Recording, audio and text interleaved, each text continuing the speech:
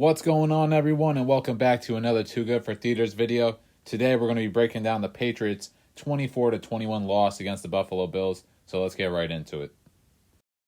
So starting off here on the offensive end, it really was a tale of two halves for this Patriots offense. The first half, really efficient, was putting up points, no turnovers, and really dominated time of possession and did not leave a lot of time for the Buffalo offense to really go to work at all. Have that 14-7 lead going into the half there. And just in the second half there, after that Buffalo score earlier in the game or earlier in the second half, the offense just absolutely dissolved there. Turnover football. I believe the Patriots actually had 3 second half turnovers there from the Drake fumble, the Drake interception that looked like he was either trying to hit Hooper or just trying to throw that ball away. But you cannot put that ball in that situation. It's too risky of a time, especially when you're near in the red zone like that. And then, of course, there was the lateral pass that was gunned at Ramondre. Probably faults on both hands. Drake probably could have eased up on that toss a little bit, as well as Dre definitely needs to come down with that ball. But there was that edge defender. I believe it was Russo there for the Bills coming in hard on Ramondre Stevenson. So that's why Drake maybe had to fire that football in there. But, you eliminate the turnovers there. I think the Bills had 10 points off the turnovers in the second half. Who knows? The way your defense was playing today, they were playing really well. That could turn out to be a different type of game right there. And especially if you're able to put on more points than 21 by keeping those possessions, it might be a different game. But, it was a learning moment from this offense, especially, each rep. Drake May is getting better. There are times where he looks strong, really efficient. Today was probably I'd say of the past couple games, today was probably his step back game. Even though he didn't play that terrible, just that turnover there really was a poor job there on his part. And he did have a couple of throws where, frankly, he was just offline. There was that throw to Hunter in the end zone on that out route that was a little behind him there. There was that underthrow to Booty across the middle of the field on the play action. And, frankly, we just haven't seen those accuracy the accuracy concerns with Drake May like we thought at the time coming out of college. He's been a really accurate quarterback, and it shows in his completion percentage. The offensive staff obviously did a really nice job with his footwork. But today, it could have been the conditions or maybe just the timing or the pass rush that the Bills were able to start getting in that first or that second half there. But Drake May was not his best today. But it's not like he absolutely took you out of this game. He still made plays, showing off that playmaking ability, especially towards the end of the game. Overcoming some adversity, taking some big hits, had that touchdown taken away as well, and a couple of false start penalties by Demontre Jacobs at the end there as well. It was good to see him overcome that. So, building blocks there. Kayshon Boutte had a really good game, almost closed in on 100 yards. I'm not sure if the Patriots actually have had a 100-yard receiver thus far this season. It might have been Boutte or earlier on in the season or Hunter Henry, but he was really doing a great job there on the outside today. Had that real nice catch against Elam in the first quarter on an absolutely dot from Drake May. And that fly route there from Boutte to Drake, obviously Drake's first touchdown, same play. And it's really nice to see Drake's deep ball translate from the college game to the pro game. He's been very good on that fly route, especially to Kayshon Boutte. I think he might have hit Bourne on a couple thus far this season as well. But it's really nice to see that translating. Speaking of, he was really passing the ball around today. Pop had a couple of catches, Bourne, a couple of catches, go-to target. Hunter Henry had a couple catches, including that touchdown. It was good to see Austin Hooper get back into that game, I believe, on the second and goal play.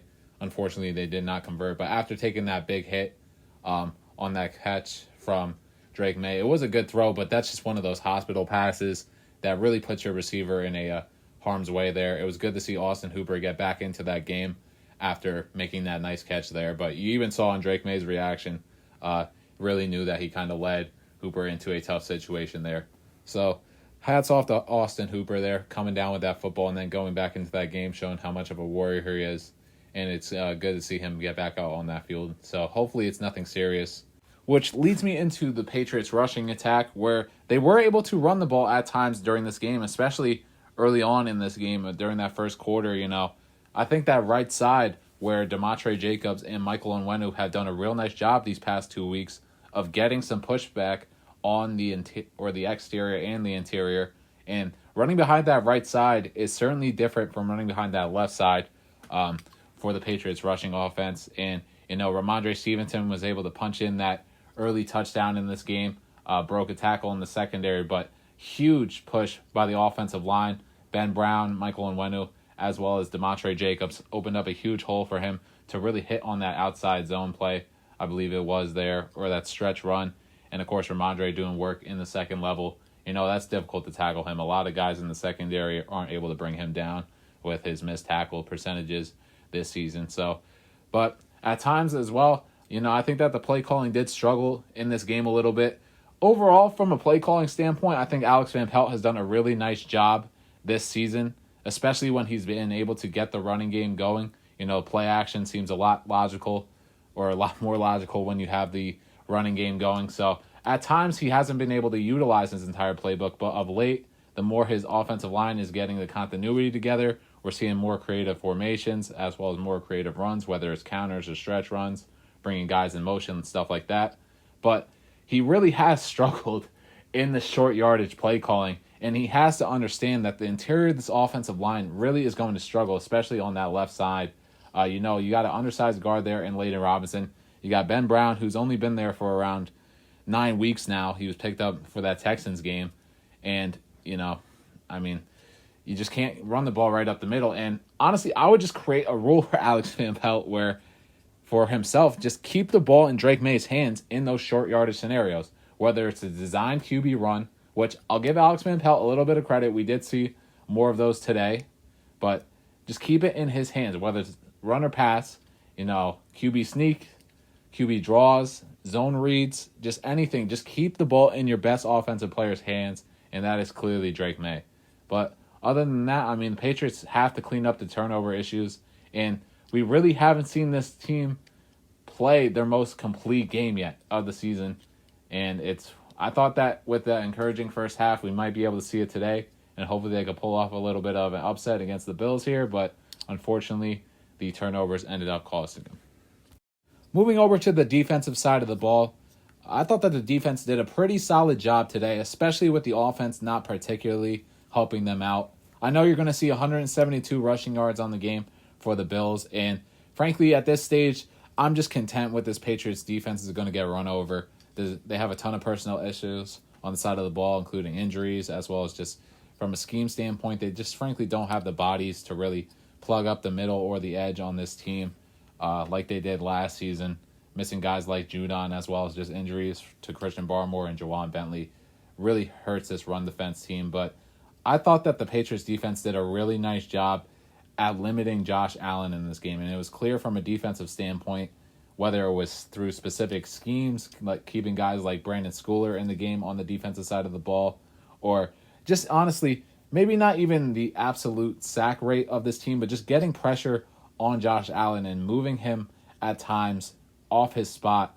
I thought that this team was very good in limiting Josh Allen today. And frankly, of the past 2 seasons, the Patriots are one of the better teams in kind of limiting Josh Allen and from having these explosive plays. And at times they have made him turn the ball over, which again we saw today with that deep shot to Keon Coleman, I believe. And Gonzo had absolute lockdown coverage, but great play by Marte Mapu. Just a little bit of a lack of awareness there. When you're in the end zone, you got to just take the knee there or at least go down in the end zone. You cannot get stopped at the 1 yard line if you're going to take it out back. And it seemed like he kind of realized that once he was kind of close to really crossing the goal line there. But Marte Mapu had a really nice game today. He had a couple of pass breakups, including the interception there. Had some nice tackles in the running game. But the secondary as a whole played a really good game today. Jonathan Jones had some real nice pass breakups. Alex Austin played a pretty serviceable game. He had himself a pass breakup early on in that game.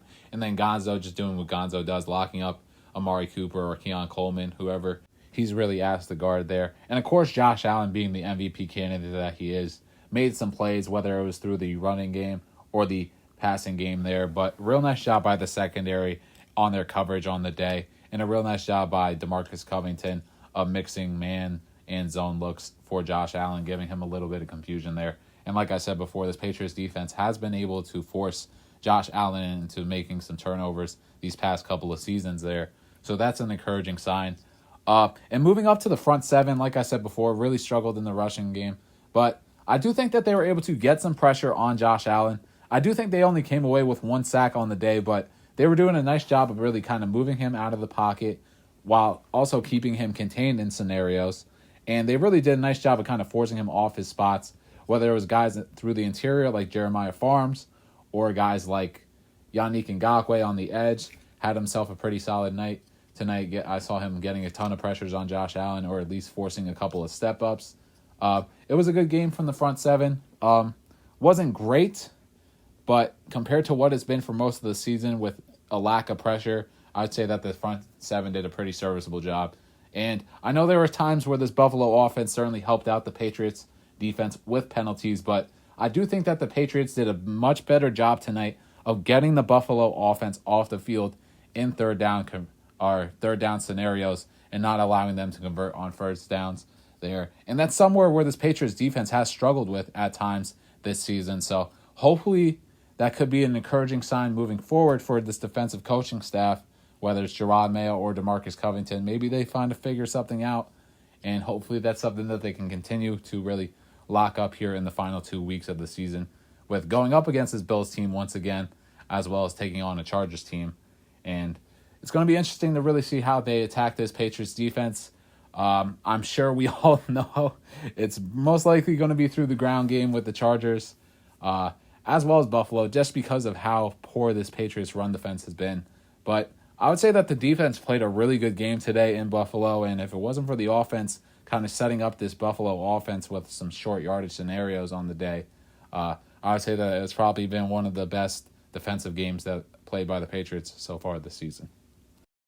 All right, everyone, that's going to wrap up this breakdown of Patriots-Bills round 1 thus far on the season. Some encouraging news here for the Patriots is they currently hold the 2nd overall pick in next year's NFL draft.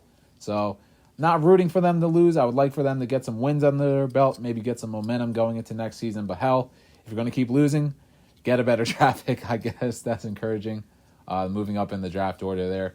Let me know your thoughts in the comments below on this game, and maybe even some potential prospects you would like the Patriots to take a look at. But once again, thank you so much for watching.